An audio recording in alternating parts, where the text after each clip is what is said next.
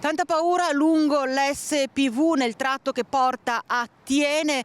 Un cervo ha attraversato la superstrada e proprio mentre stava sopraggiungendo un'auto, un impatto tremendo. Il cervo è deceduto sul colpo, mentre il conducente dell'auto si trova ricoverato in gravissime condizioni al San Bortolo di Vicenza. Un vero shock in Pedemontana. Il 57enne di Pove del Grappa, al volante della sua Audi, ha riportato un serio politrauma, tenuto dai sanitari sotto stretta osservazione dopo che, procedendo lungo l'SPV al confine tra Marostiche e Colceresa, si è trovato davanti un esemplare di cervo maschio adulto balzato all'improvviso sulla carreggiata.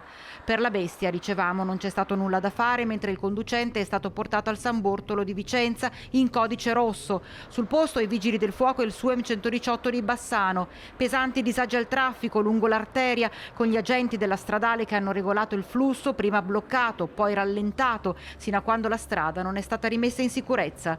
Quello che lascia basiti è come sia stato possibile che il cervo sia riuscito a entrare in Pedemontana. C'è da chiedersi se siano state adottate tutte le misure di protezione da chi gestisce l'infrastruttura, a cominciare dall'altezza delle barriere a lato corsie per evitare il verificarsi di simili situazioni.